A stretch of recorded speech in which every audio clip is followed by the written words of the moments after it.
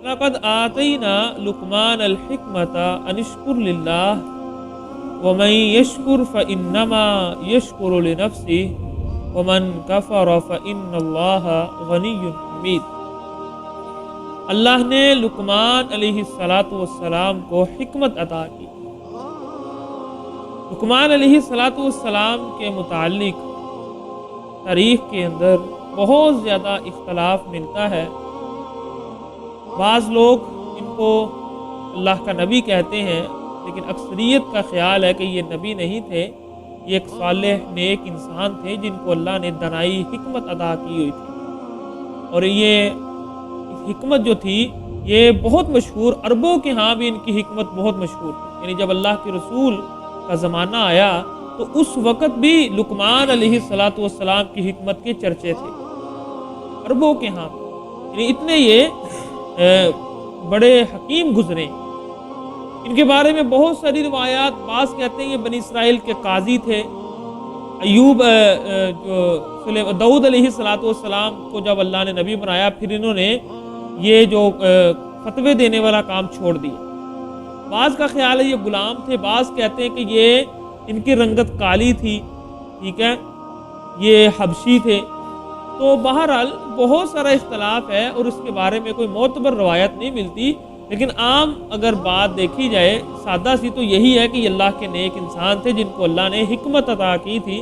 और इसकी दलील ये है कि अल्लाह कुरान में कह रहे वलक़द आतैना लुक़मान अल-हिकमा। ये सादा सी बात जो हमें जहन में रखनी चाहिए। तो यहाँ पर देखें अनिश्कुर लिल्लाह, अल्लाह ने उनको कहा कि शुक्र अदा करो। वमन यशकुर फ़इन्नमा यशकुरु लिनफ़्सिही वमन कफ़र फ़इन्नल्लाहा गनिय्युन हमीद। शुक्र का फ़ायदा अपनी ही जान को है, अल्लाह की नाशुक्री करके नुकसान आप ही को होना है। अल्लाह को आपकी शुक्रगुजारी का कोई फ़ायदा और कोई ज़रूरत नहीं है। सिर्फ अल्लाह आपको एक तरीका बताते हैं मैं अपने करीब आने का, कि अगर मेरा कुर्ब हासिल करना चाहते हो, मेरी रहमतों को समेटना चाहते हो, तो ये तरीका है। इसके साथ आप उस कुर्ब को, उस मुकाम को हासिल कर सकते हो, वगरना अल्लाह को ज़रूरत नहीं है। तो वइज़ क़ाल लुक़मान लिब्निही व हुवा यईदुहु या बुनय्या ला तुश्रिक बिल्लाह। लुक़मान अलैहिस्सलाम ने भी अपने बेटे को यही नसीहत की, बेटा अल्लाह के साथ शिरक ना करना, क्योंकि शिरक बहुत बड़ा जुल्म है। असल में यहाँ लुक़मान अलैहिस्सलाम के वाक़े को लाने का मकसद ये है, अरबों को ये बताया जा रहा है या कायनात के लोगों को ये बताया जा रहा है कि ये जो तौहीद का काम है ये सिर्फ अंबिया ने नहीं किया। ये पहले दौर के जो हकीम थे, दाना लोग थे, उनकी दावत भी यही थी। और अरबों के यहाँ तो ये बहुत मशहूर थे लुक़मान हकीम, ठीक है। अल्लाह ताला उनको बता रहे कि आपके यहाँ ये एक बहुत दाना इंसान थे, बहुत बड़े हकीम थे। तो आप कहते हैं कि ये जो भी बात करते हैं बहुत हिकमत वाली होती है, तो आपको वो भी यही दावत दे रहे हैं कि शिरक अल्लाह के साथ नहीं करना। यानी अगर आप इनको हकीम समझते हैं, अक्लमंद इंसान समझते हैं, तो चलो पैगंबरों को तो आप नहीं मान रहे, तो कम से कम इसकी मान लो। तो यहाँ इनको बयान करने का मकसद ये है। ववस्सैनल इंसान बिवालिदैहि हमलतहु उम्मुहु वहनन अला वहनिन व फिसालुहु फी आमैन अनिश्कुर ली व लिवालिदैक। अल्लाह ने अपने लुक़मान अलैहिस्सलाम ने अपने बेटे को अल्लाह के हकूक़ की नसीहत की। अल्लाह ताला इंसान को उसके वालिदैन के मुतालिक नसीहत कर रहे हैं कि अपने वालिदैन के साथ क्या करना है। ववस्सैनल इंसान बिवालिदैहि, हमने इंसान को वसीयत की उसके वालिदैन के मुतालिक। वसीयत क्या की? दरमियान में ये जो है हमलतहु उम्मुहु वहनन अला वहनिन व फिसालुहु फी आमैन, ये अलग बात है। नसीहत क्या की है? इसके आगे है अनिश्कुर ली, ये कि मेरा भी शुक्र अदा करना है, वली वालिदै का, और अपने वालिदैन का। तो चूंकि माँ का मर्तबा और मुकाम ज्यादा है, तो जैसे ही अल्लाह ने वालिदैन का जिक्र किया तो अलग से माँ का दरमियान में तज़किरा कर दिया कि वालिदैन के साथ, वालिदैन के मुतल्लिक़ मैं तुम्हें नसीहत करने लगा हूँ, लेकिन माँ का हक ज़्यादा है। अल्लाह के रसूल को भी सहाबा ने पूछा था, तो अल्लाह के रसूल ने भी 3 मरतबा यही कहा था कि आपकी माँ का हक आप पर ज़्यादा। उसके बाद फिर बाप का कहा। तो माँ का हक क्यों है, इसकी यहाँ वजह बयान की गई है।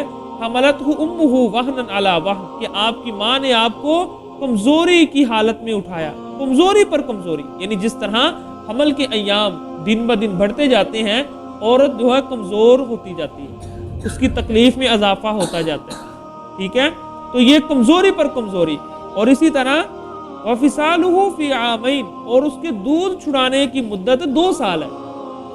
یہ یہاں بیان کی مقصد کیا ہے کہ آپ جب دیکھیں، ایک تو حمل کی مدت، اس میں عورت تکلیف برداشت کرتی ہے، پھر ولادت کی، پھر نفاس کی، جو اس کے بعد اس کو بلیڈنگ ہوتی ہے 40 دن تک، یا اس سے تھوڑے کم دن بھی ہوتی بسا اوقات، اور اس کے بعد پھر دودھ پلانا، بچے کو سنبھالنا، اس کا بچپن. تو عورت اپنا آپ بھول جاتی ہے ان دنوں میں، اپنا آپ وہ بھول جاتی ہے، اس کی ساری ذمہ داریاں اور ساری کی ساری توجہ اپنے بچے کے لیے ہو جاتی ہے، ٹھیک ہے؟ تو یہ دن رات کی تکلیفیں برداشت کر کے ماں اپنے بچوں کو بڑا کرتی ہے.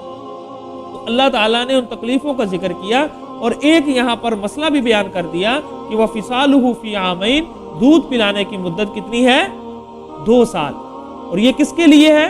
یہ دوسرے مقام پر فرمایا کہ وَالْوَالِدَاتُ يُرْضِعْنَ أَوْلَادَهُنَّ حَوْلَيْنِ كَامِلَيْنِ لِمَنْ أَرَادَ أَنْ يُتِمَّ الرَّضَاعَةَ. بچے، مائیں اپنے بچوں کو 2 سال دودھ پلائیں، یہ اس کے لیے ہے جو رضاعت کی مدت کو پورا کرنی چاہتی ہے.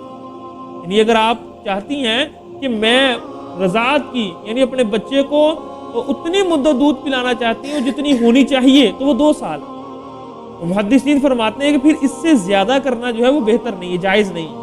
2 سال سے زیادہ کرنا جائز نہیں ہے. 2 سال تک آپ اپنے بچے کو دودھ پلا سکتی ہیں. اور ایک مسئلہ یہ بھی ہے کہ رضاعت، اس کا حکم بھی انہی 2 سالوں میں ہی ہوگا. یعنی جو رضائی ماں ہوتی ہے، رضائی ماں جو ہے نا، اگر کسی بچے کی رضائی ماں آپ کسی کو بنانا چاہتے ہیں تو وہ دودھ پیے گا 2 سال کی عمر میں. 2 سال کی عمر کے درمیان کسی بھی عرصے میں اگر وہ کسی عورت کا دودھ پیتا ہے پیٹ بھر کر، تو وہ اس کی رضائی ماں بن جاتی ہے. لیکن اگر یہ 2 سال کی مدت گزر گئی تو پھر اس کے بعد یہ حکم ثابت نہیں ہوگا، اگرچہ وہ اس کا دودھ پی رہا ہے، کیونکہ رضاعت کی مدت کتنی ہے؟ 2 سال. یہ مسئلہ ذہن میں رکھیں. تو رضائی ماں ہونے کے لیے بیٹا یا بیٹی جو بھی ہے، وہ اگر کسی کا دودھ 2 سال کی عمر میں پیتا ہے، بعض کا خیال 2.5 سال بھی ہے، لیکن قرآن کے اندر اللہ نے 2 سال کی مدت دی ہے. تو 2 سال کے اندر اگر وہ پیتا ہے تو پھر اس کی وہ رضائی ماں بن سکتی ہے.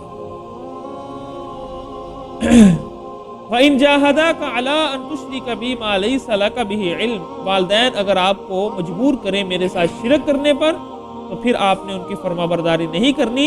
لیکن وَصَاحِبُهُمَا فِي الدُّنْيَا مَعْرُوفًا، دنیا کی زندگی ان کے ساتھ جو ہے وہ احسن انداز سے گزاریں، ان کی ضروریات کا خیال رکھیں، ان کو جس چیز کی ضرورت ہے ان کا ادب کریں. لیکن جہاں پر اللہ کا حکم آ جائے، وَاتَّبِعْ سَبِيلَ مَنْ أَنَابَ إِلَيَّ، پیروی آپ نے اسی ہی کرنی ہے جس کا رجوع اللہ کی طرف. ٹھیک ہے؟ وَاتَّبِعْ، اور پیروی کریں، سبیل، رستے کی، من اناب الیہ، جو میری طرف لوٹنے والا. تو والدین کی دنیاوی معاملات میں احسن انداز کے ساتھ ان کے ساتھ زندگی گزارے، لیکن جہاں اللہ کے حقوق آ جائیں پھر یہ پیچھے ہو جاتے ہیں.